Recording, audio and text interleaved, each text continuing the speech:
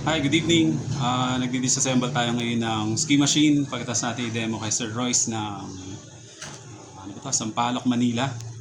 Ayan. Tanggal ko na yung nasa taas. Ito namang part na to. Ayan. Tapos, pagkatapos natin mag-disassemble, box natin, papasantay natin yung lalamove. Okay? Sige. Disassemble tayo.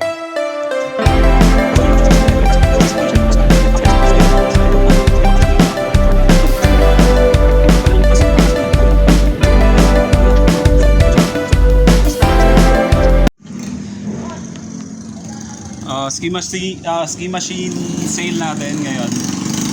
Nilabas ko lahat ng gamit para makita nung masasend ko dun sa kliyente natin taga Sampaloc, Manila. So ito yung base niya, nahaluan lang ng styro po yan. Ito yung platform. Ito yung main device natin kasama yung air resistance. Tapos yung first part nung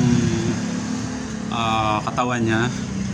Yung dalawang arms, guide rails, ito, rails natin.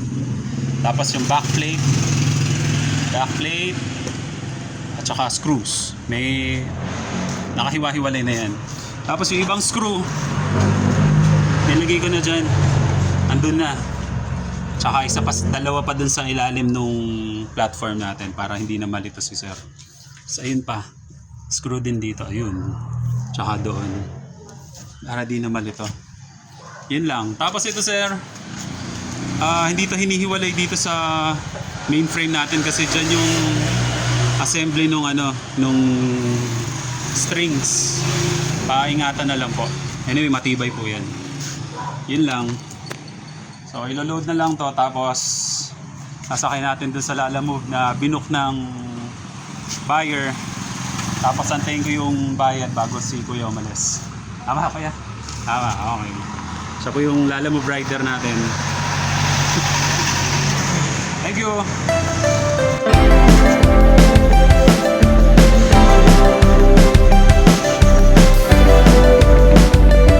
Hulas kami pero sulat si Sir, legit lalamove. Hindi tayo naloko ngayon.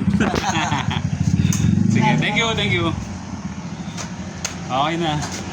Successful transaction, smooth naman kahit nahulas. Sold. Thank you Lord.